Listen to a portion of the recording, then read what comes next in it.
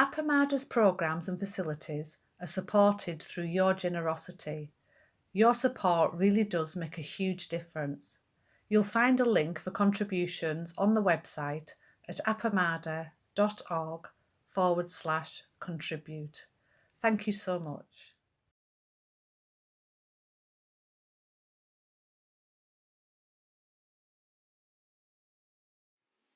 Good morning. Good What a morning. pleasure it is to be able to join everyone today. Can everyone hear me well? Yes. Okay, good. Thank you.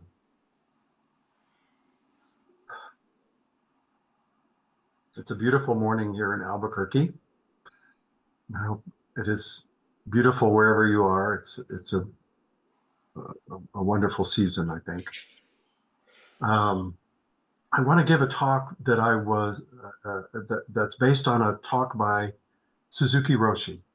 It seems very important to me, and it comes from the book Not Always So, a collection of talks that were compiled after the death of Suzuki Roshi by Edward S.V. Brown and others. And Anne made mention of this last week, but it was brought to my attention several weeks ago by Stephanie Seiler, who has joined us online, and she's going to be sharing her thoughts on this after I read. But the plan is to give just a brief introduction, read the selection, ask everybody to sit with the instructions that Suzuki Roshi gives for just a few minutes, and then Stephanie will share her thoughts on her experience with working with those instructions for some time, and then to invite comments. So this is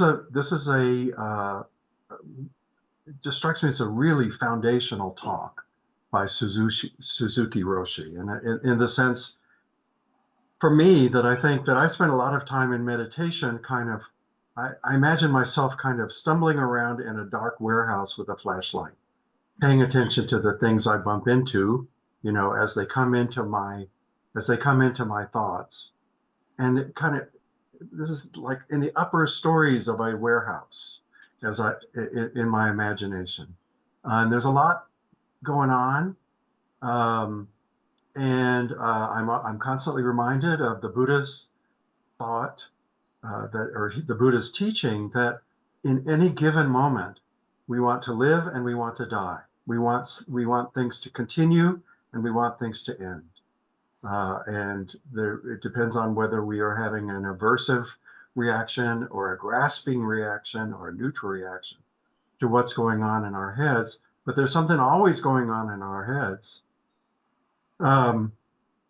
Or at least for me. I mean, that may not be true for everybody. I should speak only for myself. But what Suzuki Roshi is doing here is completely different. He's not up in the warehouse. He's in the foundations here, really talking about the most primal, most expansive sort of engagement with the world and with our very existence. So with that, I'm going to read you the selection here. The title of it is Calmness of Mind. And there's a pull-out quote at the beginning. Calmness of mind is beyond the end of your exhalation. So if you exhale smoothly, without trying to exhale, you are entering into the complete, perfect calmness of your mind. He begins. Shikantaza, our Zazen, is just to be ourselves. When we do not expect anything, we can be ourselves. That is our way to live fully in each moment of time. This practice continues forever. We say each moment, but in your actual practice, a moment is too long because in that moment, your mind is already involved in following the breath. So we say, even in a snap of your fingers, there are millions of instants of time. This way, we can emphasize the feeling of existing in each instant of time. Then your mind is very quiet. So for a period of time each day, try to sit in shikantaza, without moving, without expecting anything, as if you were in your last moment, Moment after moment, you feel your last instant. In each inhalation and each exhalation, there are countless instants of time. Your intention is to live in each instant. First, practice smoothly exhaling, then inhaling. First, practice smoothly exhaling, then inhaling.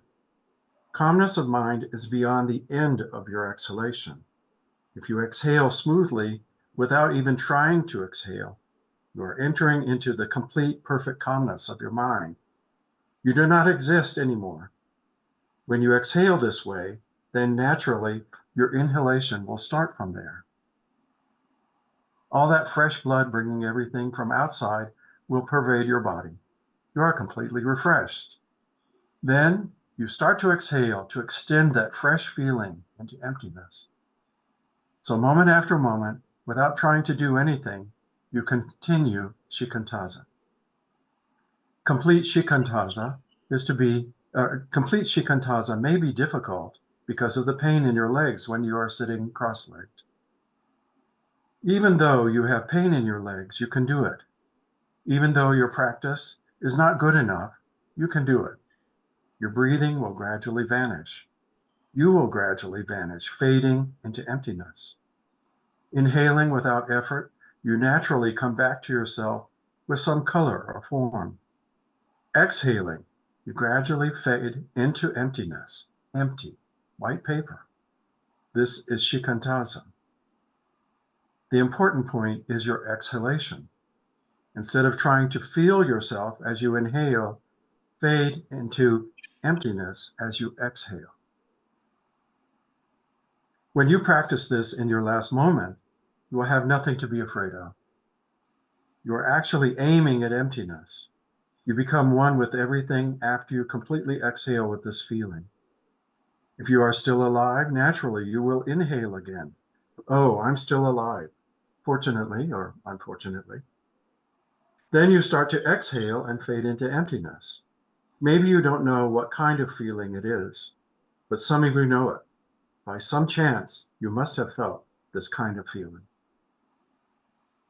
When you do this practice, you cannot easily become angry. When you are more interested in inhaling than exhaling, you easily become quite angry.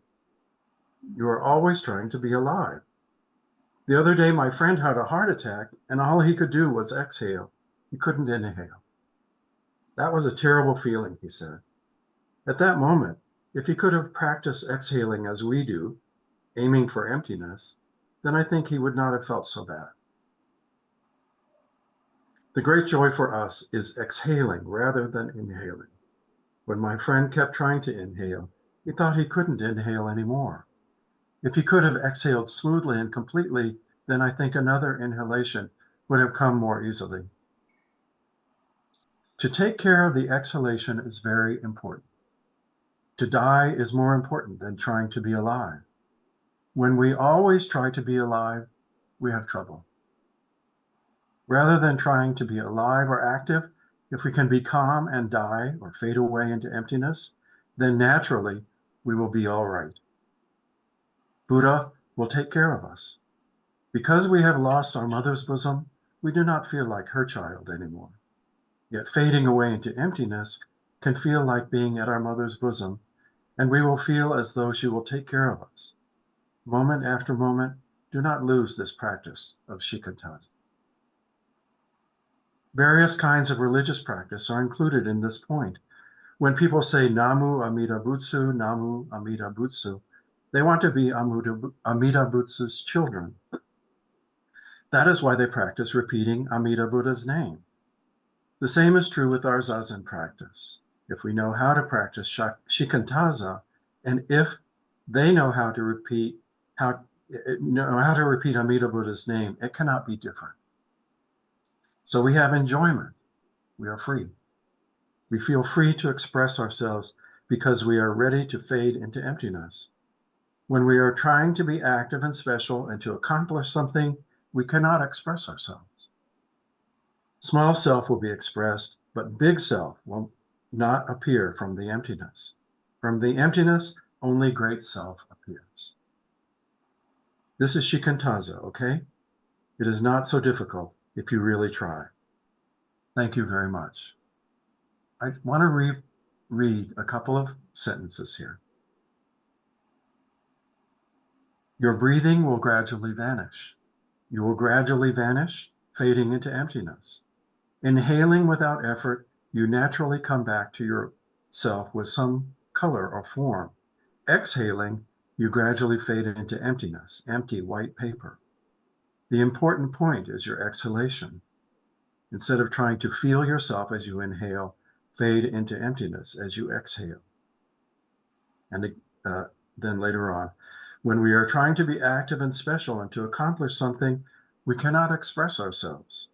Small self will be expressed, but big self will not appear from the emptiness. From the emptiness, only great self appears. So, with those words in mind, let's spend just 5 minutes sitting together in silence. See if you can embrace the invitation. It's not so much an instruction as an invitation that Suzuki Roshi is giving you. Joe, would you like me to time it? Yes, please time it, and please mark it with a bell at the beginning and end.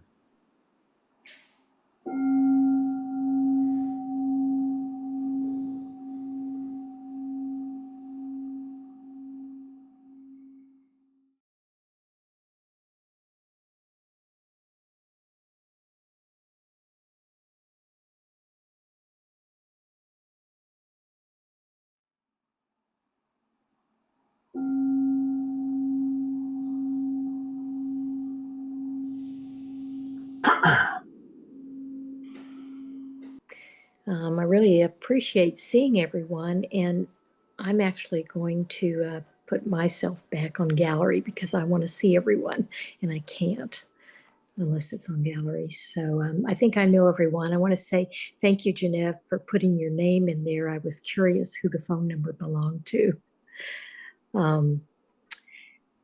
So caveat first, I don't normally like to speak to groups or in public, so I'm nervous about it, and so bear with me on this. I want to start out by reading the inscription on the Han, and this is actually the inscription on the Han that is at the Hui in Molokai, so some of you are familiar with that. Great is the matter of birth and death. All is impermanent, quickly passing. Awake, awake. Don't waste this precious life. And that almost brings me to tears when I read that because, like some others of you, I'm getting on in age. I'm not as young as I used to be. And so I realize that that time for moving into a different realm is getting closer for me. Not too close, I hope, but still closer than it was when I was in my 40s and 50s. I came across this passage by Suzuki Roshi, this talk, because I borrowed the book out of the library in the study. And I had never heard this practice before. I had never heard it described. I never heard anyone talk about it. But it struck me because I do place a lot of importance on how I move towards my own passing. I have been with someone who died, and I have been with people who are hours away from their death, and I have seen the spectrum of fear and resistance to peace and acceptance. I don't know, I'm trying hard not to have an expectation for me, but this is what I found when doing this practice. I read it and I thought, oh, that sounds really like something I'd like to try. Maybe it'll help me prepare. And so I did it a couple of times sitting at home in the morning when I sit. And it was very peaceful, and it felt very spacious is the word I want to use, very spacious. And then I was sitting in a doctor's office and I had time to wait. And I thought, well, I'll continue practicing this here. And I started the practice, and it wasn't 30 seconds. And this intense fear gripped me. And I don't know whether it was because I was sitting in more of a public space. I don't think so. I think I got in touch with something that I had not before. And that was my deep, deep attachment to this body and to this experience of this body. I'm a very sense-oriented person to the point where I would say I'm passionate about the senses, about eating. Oh my God, do I love to eat. The taste, the texture. But I love music. I love hearing the birds. And oh my gosh, do I love my grandkids, feeling their arms around me. A warm dog, for those of you who have dogs, experiencing daylight coming after I've been sleeping, sitting here on my sofa and looking out my door, and just watching the light come into being as the day begins to brighten.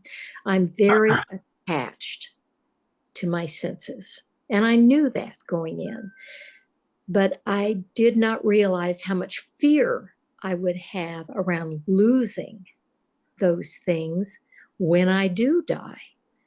Because bottom line is, it is going to happen. I am going to die. And I will lose those things. Will I experience them in a different way? I don't know. This is what the fear, I think, was about. The I don't know what comes next. And this is not, and Suzuki Roshi didn't talk about anything about what comes next. You know, he just talked about practice this type of breathing, like this was your very last breath. He didn't talk about, and then you'll find yourself becoming part of the mind stream.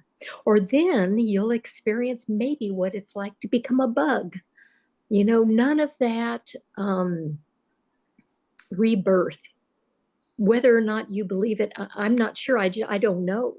I have no feelings about it one way or the other.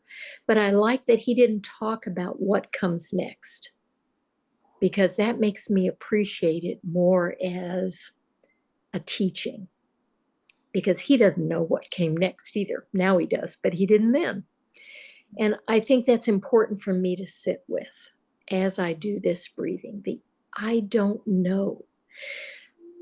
In Buddhism, there are a lot of things out on the internet about how you should have a calm and peaceful death. Well, good luck with that. Good luck practicing for that, because the bottom line is we don't know how our death is going to be. Even those of us struggling with chronic illnesses, we could still have a heart attack just like that, or on our way to a medical appointment, get hit by a car. We don't know how our death will be. We honestly don't know. But after reading this piece with Suzuki Roshi, I have come to believe that there is a way we can embody, or maybe that's not the word, but I think it is. You know how when you're learning to dance or you're learning a new activity, after you practice it for a while, your body learns it. And so sometimes you don't have to think about it. Your body just does it. Well, to me, that's what my hope is with this type of practice, whether it's this particular one, is that if I continue to practice it, when the time comes, my body will remember, oh, that's right, I'm afraid. I don't know what's going to happen. I'm in pain. I don't know what's going to happen, but I can breathe. And maybe this last breath will be the last. Let's see what happens. And just breathe. And just breathe. Oh, here comes another one. I get to breathe in again. How does that feel? I also like that he didn't talk about any of, because when I was talking about this with a friend yesterday, and about talking to you all about it and how nervous I was, she said, well, are you talking about doing the things that you need to do before you die? And I realized a lot of people, that's what they focus on. And my thinking is that by the time we get to practicing in this way, we have already done those other things because we know how important they are. And that's why I read the Han inscription. Everything is impermanent and it passes quickly. If you have amends you need to make them now. Don't wait. If you have something you want to see, a place you want to go now. See now. Don't wait. Those are the things that I think for me are a given when I get to this practice. I need to have already done those things, because if I don't, those are the kind of things that will keep me from having peace, will keep me wanting to hang on to what I still see as mine, as part of this body. I think that's about it. I do want to say that one of the things I did when I practice is I place my right hand over my heart when I do this practice. I do that when I say metta also. But I realized when I was saying this practice, it helped to both touch this body, to really touch this body and think about it no longer being here. And I didn't get a lot out of the practices with the Satipatthana. Say it for me, Joel. Satipatthana. Satipatthana. I didn't get a lot out of that. Maybe it was because it was too drilled down, too specific, the breath to me just encompasses all of it. And so I liked this better than the Satipatthana way. But putting my hand to my heart helped me both feel what I was feeling as I was taking that, what I was thinking might be the last breath. Really feel it instead of just thinking about it. Really feel it. And I think that's where the fear came is, oh my God, this could be real. This could be real. But that was a good thing to notice because that gives me something to practice with.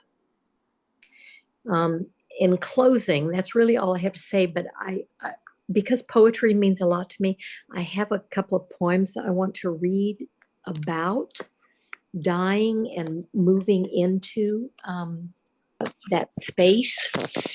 Let me see if I can find him here. The first one is by George Meredith. It's called A Dirge in Woods. A wind sways the pines, and below, not a breath of wild air. Still as the mosses that glow on the flooring and over the lines of the roots here and there. The pine tree drops its dead. They are quiet as under the sea. Overhead rushes life in a race as the clouds chase. And we drop like the fruits of the tree, even so. I found that to be very, very peaceful as I do anything with nature. And another one in a little different light, and this one was important to me because it's about gratitude.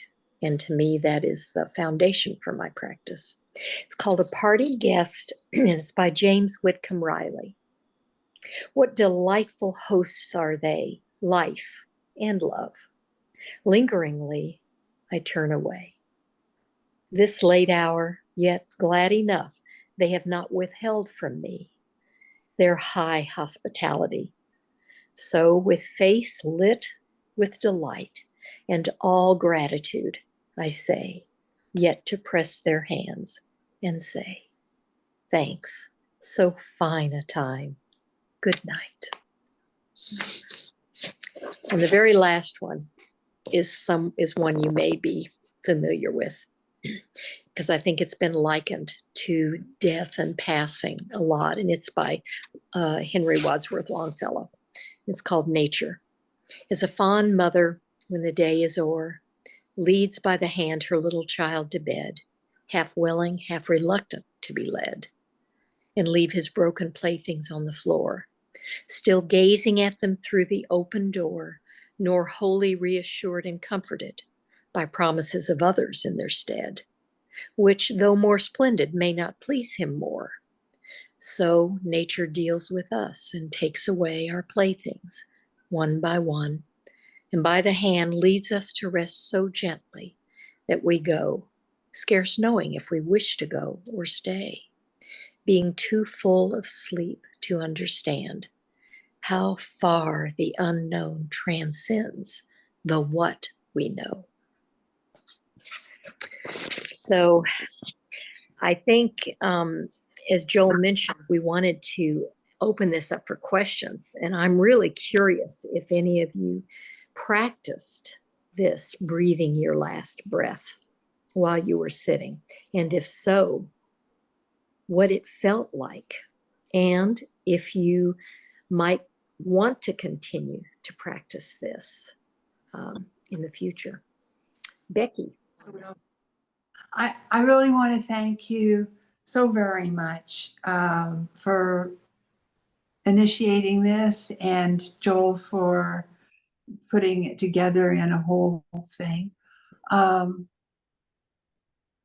There's so much in what you were saying.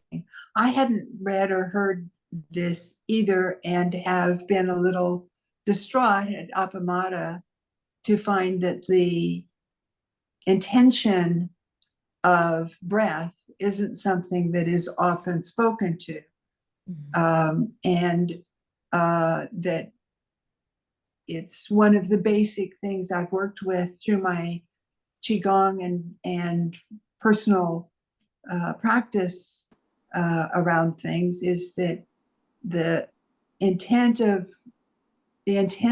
breath can heal much. And it is at the end of the outgoing that is the place where the nitrogen and oxygen do their exchange. And that is the essential place in our breathing. And so I was really glad to see that someone has practiced with it intentionally in a way that describes so many aspects of it. So that's one thing I'd like to say. It's nice to hear spoken and discussed here. And the other thing is, well, there was the Wadsworth, whatever, part that said that little by little that we let go of things, right? And it's put upon us to let go of them. Well, I think that's part of the point of aging, or life maybe altogether, but I think that I've long said that letting go is what we practice across our whole life. And it becomes more acute and obvious in our aging. Over this period of time where my vagus nerve is being very active, but I believe it's healing from damage that the cancer caused. I've had a lot of really interesting, odd things happening for me. I have said recently that I was having trouble with my words, which they were playing hide and seek, that in a particular way right at first, which was just that I knew exactly what I was going to say, and I would start it with the first syllable, and the rest of it was completely gone.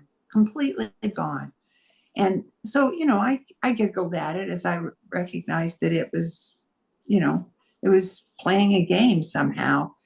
And words are important in my life and have been. And losing words should be real scary for me, but because of the practice, I really just felt curious about it. Is this something that's temporary? Is it something that's coming on in a more whatever way? I need to know. And I mean, I need to not know. I need to look at that. I need to accept the possibilities. And then over this last week, I had several very intense experiences of the pain going from my vagus nerve damaged part, clearly one place and another, that it was firing off in my brain. And then I had on Thursday, I realized I didn't realize, but I did realize. I didn't realize in words. I couldn't think in words. I could not think. And afterwards I had a great giggle over that. It's like, oh, that's what we're supposed to be doing. But my body automatically realized I can't be doing something else. And so I will sit. Well, I sat reclining, but I just breathed. I just did breathing. And it went on for maybe a couple of hours where I had no words of any thoughts. And then it was over. It's all very curious. It's all very interesting. It's all very, it would be scary if I were scared, but I didn't. And I think the breathing is part of what disperses what might otherwise be that. So I just want to thank you. It fits right in with my own journey right now, and I appreciate the opportunity to talk really directly. I agree with you about that. The other one, I can't say it. Joel, say it for us again. The sutra that we were doing at the Satipatthana. Yeah, I think that was clearly somebody taking the idea of us being continually aware of every single detail of everything, taking it to the extreme so that we can see all of that is there, what we might be doing at all of our awakened moments when we are able to be completely here. All of these things are going on. Right? I don't think they meant for us to actually do it. Aside from like experience it a bit, I don't think they meant for us to do it a bit, but maybe they did. Yeah, so all I can do is go, like, just be curious. Just be curious and accept. But it's hard if we haven't accepted, if we don't already have the experience of actually accepting ourselves and what is. So anyway, I'll just sing a song. How simple can we make this? How simple let it be. Breathe in, breathe out, breathe in, breathe out.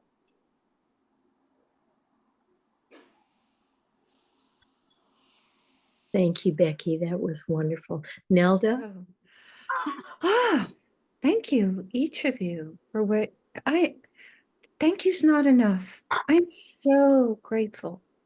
I'm so grateful for every teaching I receive from everybody in this Sangha, because although they may not seem connected, over time they're a thread in a larger fabric.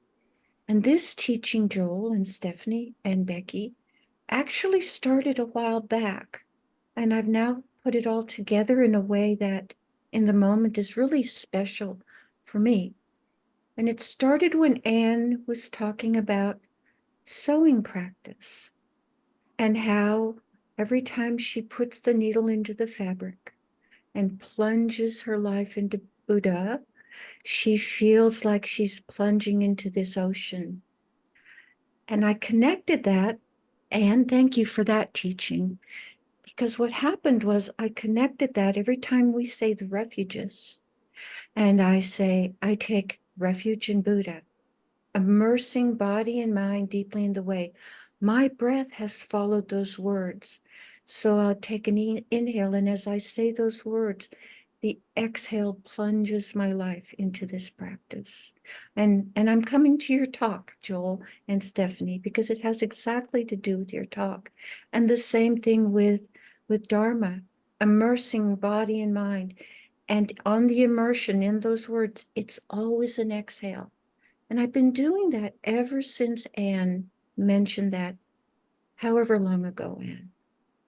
And now what I've realized is the significance of that, not studied practice in speaking the refuges, but we talk about taking our last breath. It's not our last breath that matters. It's our last exhale, our every exhale, our last release when we exhale. That's the last thing we do. We exhale when we die. And so I love that this talk brought forward the significance of the exhale, because when we inhale, we come more to our constructed selves, our alive selves.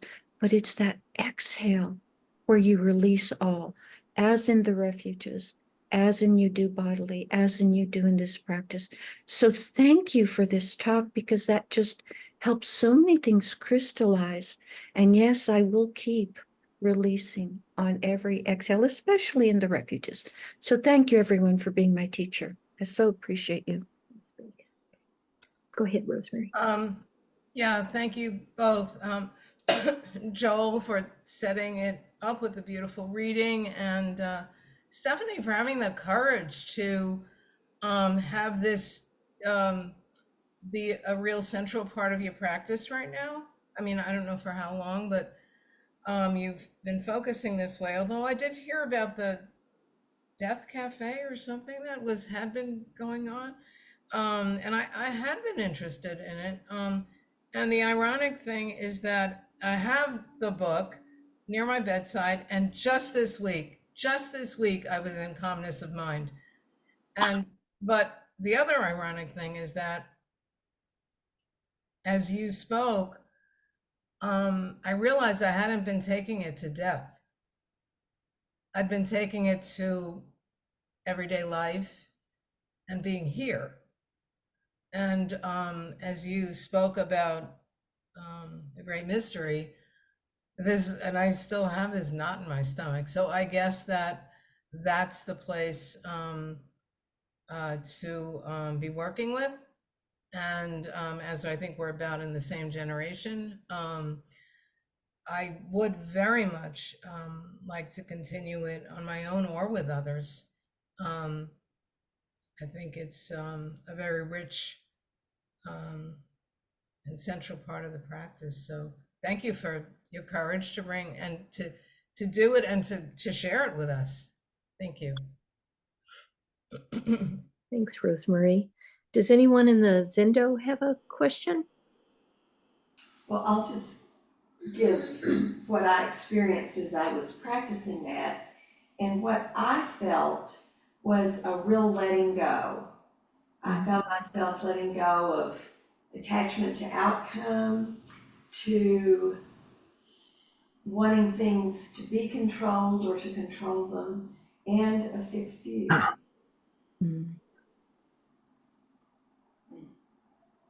Thank you, Joan. Joel, I'm going to turn it back over to you. Thank you.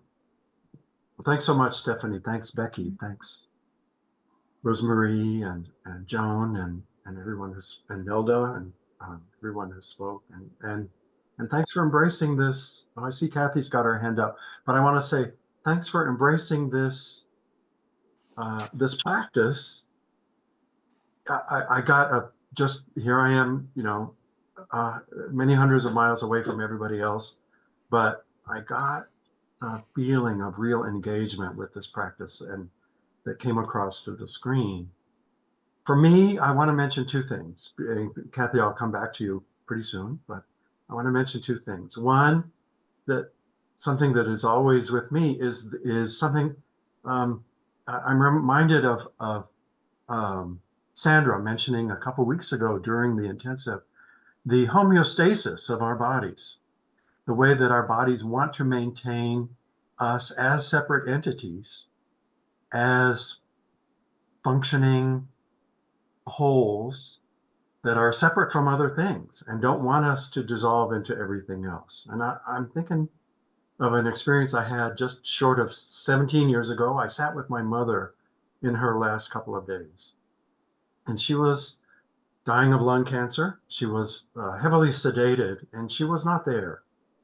All that was left was her breath, and every breath was a struggle for her. I mean, it was just her body forcing itself to exhale and to inhale. And it was, I wished that she could let go, but it just took as long as it took, and then I'm reminded that one of the first, I'd say, opening experiences I had after I started to do regular meditation was realizing that I was not breathing.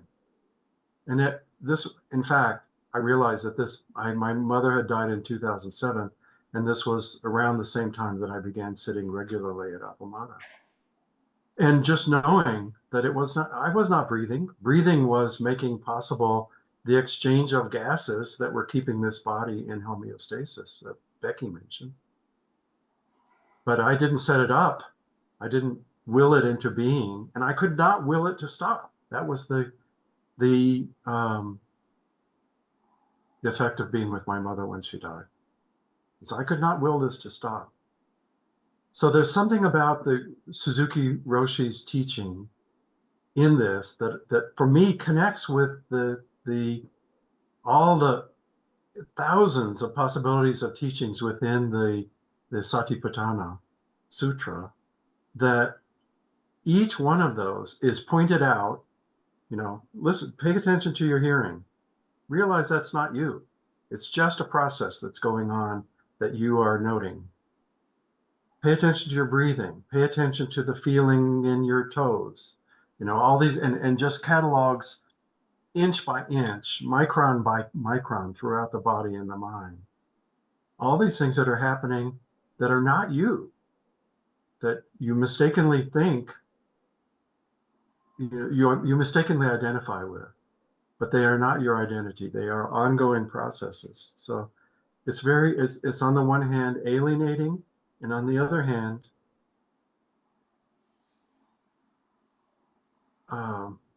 freeing to be able to see what happens when you exhale. And then how life will renew itself through you on the inhale. And then you will exhale, you have to exhale again. It will stop when it stops, but it's not you. That's what hits me. So, thank you. Kathy? Hello, everyone. It's such a good topic. I also have been, for some reason, I picked the Not Always So up again in the last couple days. I've read it before, and I was drawn back to it recently. And yesterday, I just thought I'd share a couple thoughts from what I heard yesterday on another discussion and a talk. It was a Zen program. And I wrote down a couple things.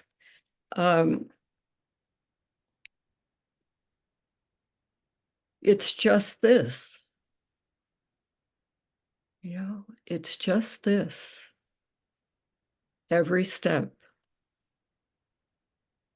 The next moment is revealed as it really is. And how do I learn to commit to trusting the unknown? And I thought, yes, that's it. I have to trust. I don't know. I know nothing. Our mind wants to know. Our mind wants to control.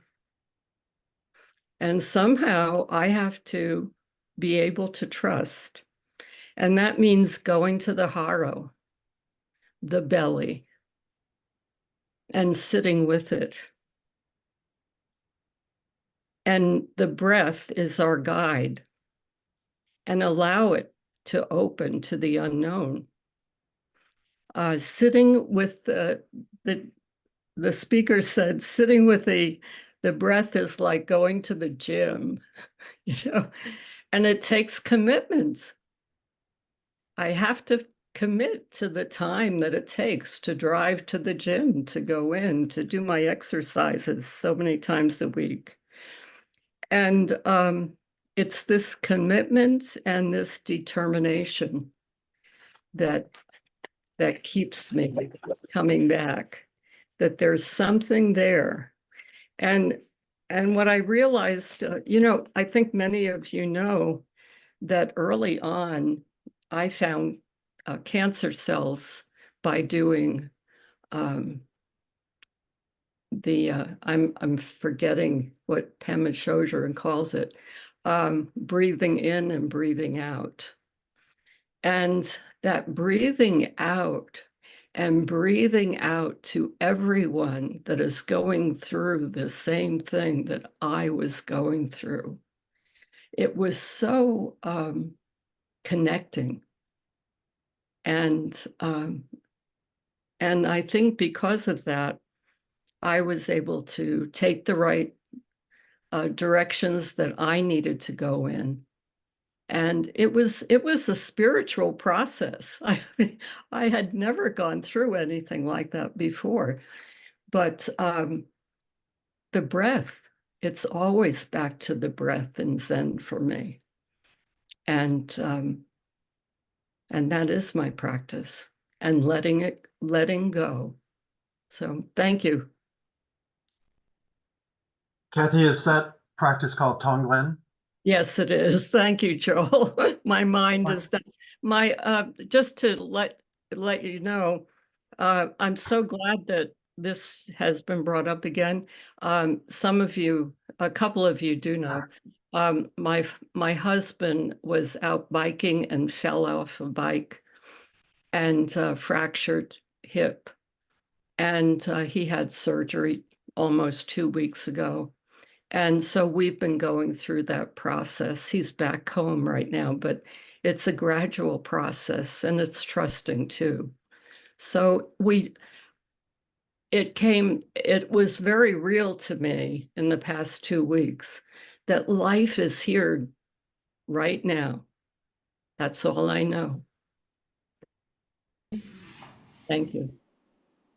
Thank you. Thank you, Kathy, for making a turn that I had not thought of before, which is turning this issue of breath and how we meet our breath and how we take it in and release it, and turning that outward to compassion, outward to connection with other people. Now, Anne, in the Zendo, I see you there. You gave a wonderful talk last week in which you reflected on just these issues and connected in compassion with another Sangha member. And I know that there are many Sangha members who are facing many significant challenges, but could you recall some of what you said last weekend and maybe about this connection between how we meet each moment and what that has to do with compassion? Wow.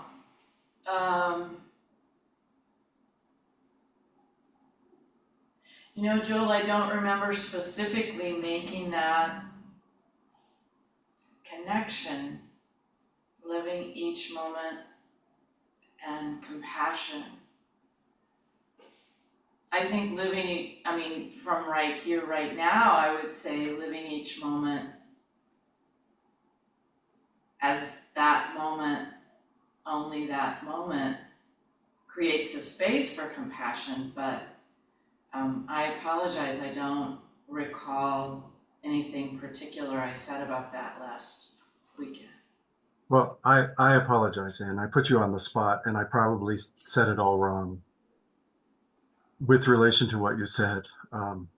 But if you didn't hear Anne's talk last weekend, if you have a chance to go back and listen to it online, it was extraordinary, and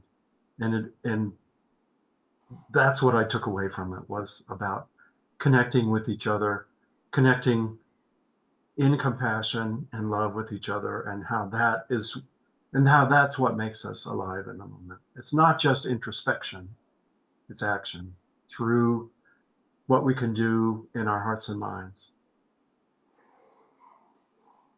So we are over our time. I thank everyone who participated so beautifully today. So with that, let us have our closing.